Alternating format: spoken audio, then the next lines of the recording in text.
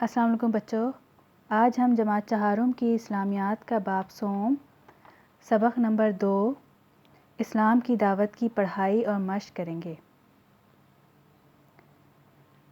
جب حضرت محمد صلی اللہ علیہ وآلہ وسلم پر پہلی وحی نازل ہوئی تو اس کے کچھ عرصے بعد سورہ مدثر کی ابتدائی آیات نازل ہوئیں۔ ان آیات میں اللہ تعالیٰ نے نبی اکرم صلی اللہ علیہ وآلہ وسلم کو حکم دیا کہ لوگوں کو ایک اللہ کی بندگی کی طرف بلائیں، جیسے کہ اللہ تعالیٰ کا ارشاد ہے، یا ایھا المدثر قم فانذر وربک فکبر وثیابک فطہر والرجز فہجر ولا تمنن تستکثر۔ ترجمہ: اے چادر اوڑھنے والے، اٹھو اور خبردار کرو، اپنے رب کی بڑائی کا اعلان کرو اور اپنے کپڑے پاک رکھو اور گندگی سے دور رہو اور احسان نہ کرو زیادہ حاصل کرنے کے لیے۔ چنانچہ آپ صلی اللہ علیہ وآلہ وسلم نے صرف ان لوگوں کو اللہ کی بندگی کی طرف بلایا جو پہلے آپ صلی اللہ علیہ وسلم کی سچائی، بلند اخلاق اور پاکیزہ عادات سے واقف تھے۔ وہ لوگ اسلام قبول کرتے رہے اور دوسرے لوگوں کو خفیہ طریقے سے اسلام کی دعوت دیتے رہے۔ اس طرح خفیہ طریقے سے اسلام کی دعوت پھیلنا شروع ہو گئی۔ جب مسلمان مردوں اور عورتوں کی تعداد 30 سے بڑھ گئی تو آپ صلی اللہ علیہ وآلہ وسلم نے ان میں سے ایک شخص ارقم بن ابی الارقم کے مکان کو مسلمانوں کا مرکز بنا لیا۔ سب لوگ وہاں جمع ہوتے تھے اور نبی اکرم صلی اللہ علیہ وآلہ وسلم سے دین کی باتیں سیکھتے۔ مسلمان خفیہ طریقے سے لوگوں کو اسلام کی تبلیغ کرتے تھے۔ جب مشرکین مکہ کو ان سب باتوں کا پتہ چلا تو وہ طیش میں آ گئے، یعنی انہیں بہت غصہ آیا۔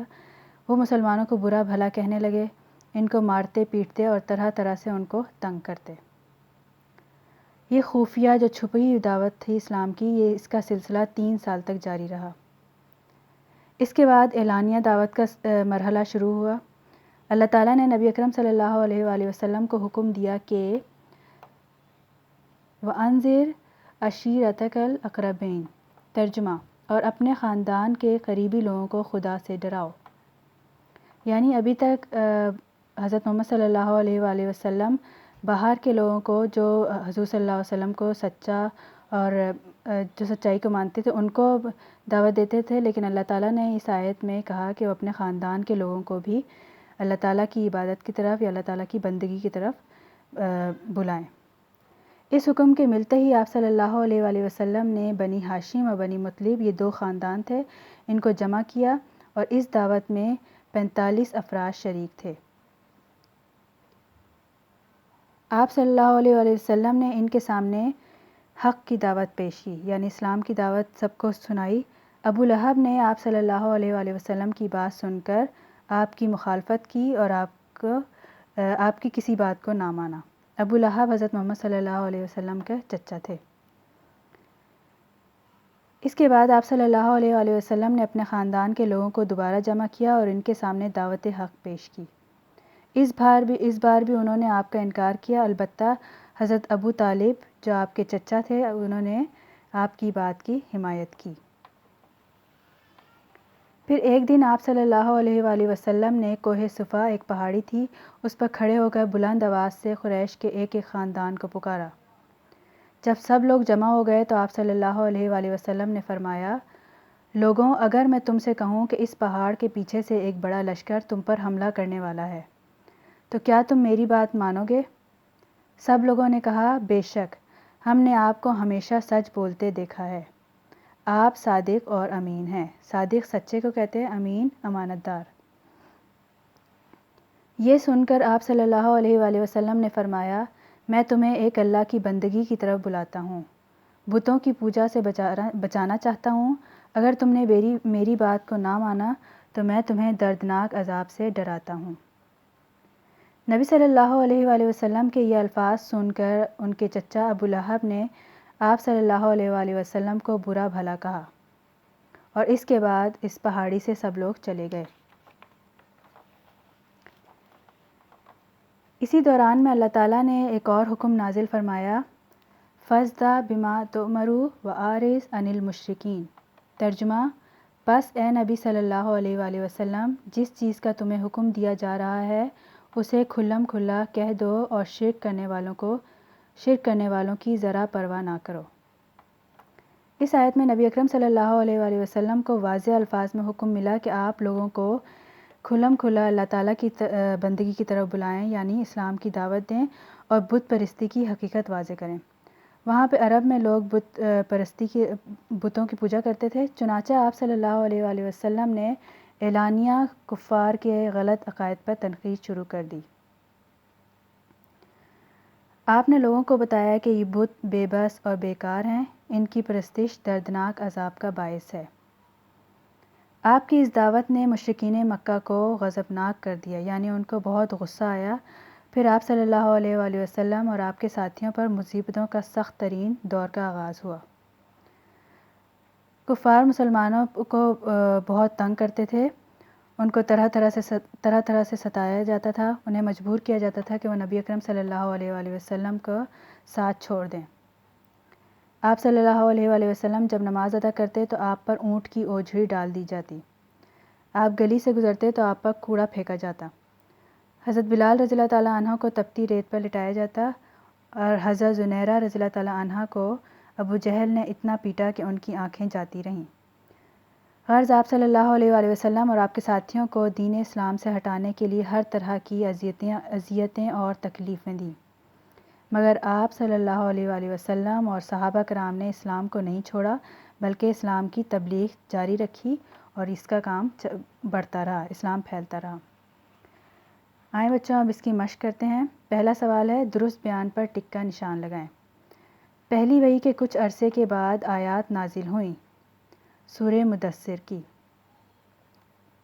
دعوت کا پہلا مرحلہ تھا خفیہ دعوت کا، پہلے مرحلے میں خفیہ دعوت تھی۔ مسلمانوں کا پہلا مرکز بنا، صفا کی پہاڑی جو تھی مسلمانوں کا پہلا مرکز تھا۔ آپ صلی اللہ علیہ وآلہ وسلم کی دعوت میں شریک تھے 45 رشتہ دار۔ سب رشتہ داروں نے آپ صلی اللہ علیہ وآلہ وسلم کا انکار کیا، البتہ آپ کی حمایت کی آپ کے چچا ابو طالب نے۔ صفحہ نمبر 38، کوسچن نمبر 2، درست اور غلط فکرات کی نشاندہی کریں۔ پہلا ہے، آپ صلی اللہ علیہ وآلہ وسلم کی سچائی، بلند اخلاق اور عادات سے سب واقف تھے، درست ہے، اس پر ٹک کا نشان لگائیں گے۔ دوسری وحی کے آتے ہی اسلام کی دعوت کھلم کھلا لوگوں تک پہنچنا شروع ہو گئی، غلط ہے، کراس۔ جب مسلمان مردوں اور عورتوں کی تعداد 30 سے بڑھ گئی تو ان میں سے ایک شخص ارقم بن ابی الارقم کے مکان کو مرکز بنایا گیا، درست۔ کوہ صفا پر آپ صلی اللہ علیہ وآلہ وسلم کی بات سن کر اہل مکہ نے اسلام قبول کر لیا، یہ بھی ٹک ہے۔ دعوت کا دوسرا مرحلہ اعلانیہ دعوت کا تھا، ٹھیک ہے، ٹک۔ سوال نمبر 3، درج ذیل آیات کو ان کے ترجمے سے ملائیں۔ یہ آیت دی ہوئی ہے، ان کے ترجمے الٹی سائڈ پہ دیے ہوئے ہیں۔ پہلی آیت ہے، اقرا باسم ربک الذی خلق، اس کا ترجمہ ہے، پڑھ اپنے رب کے نام سے جس نے تجھے پیدا کیا۔ یا ایھا المدثر قم فانذر وربک فکبر، اے چادر اوڑھنے والے اٹھو اور ڈراؤ اور اپنے رب کی بڑائی بیان کرو۔ وانذر عشیرتک الاقربین، آپ اپنے نزدیک ترین رشتہ داروں کو اللہ کے عذاب سے ڈرائیے۔ بچوں اس کے بعد مختصر جواب دیں۔ اس کا پہلا سوال ہے، خفیہ دعوت کا سلسلہ کتنا عرصہ جاری رہا؟ جواب سوال میں ہی ہے، خفیہ دعوت کا سلسلہ کتنا کی جگہ 3 سال تک جاری رہا۔ سوال نمبر 2، خفیہ دعوت کے دوران میں کس بات نے مسلمانوں کو ہمت اور طاقت دی؟ جواب اسی میں ہے، خفیہ دعوت کے دوران میں آپ صلی اللہ علیہ وآلہ وسلم کی سچائی، بلند اخلاق اور پاکیزہ عادات نے مسلمانوں کو ہمت اور طاقت دی۔ سوال نمبر 3، جب کفار کو مسلمانوں کی سرگرمیوں کا علم ہوا تو انہوں نے کیا طرز عمل اپنایا؟ اس کا جواب صفحہ نمبر 34 پہ، یہاں سے شروع ہوگا، ان دنوں مسلمان چھپ کر نماز ادا کرتے تھے، یہاں سے شروع ہو کے طرح طرح سے ان کو تنگ کرتے، یہاں پہ ختم ہوگا۔ مختصر جواب ہے یہ۔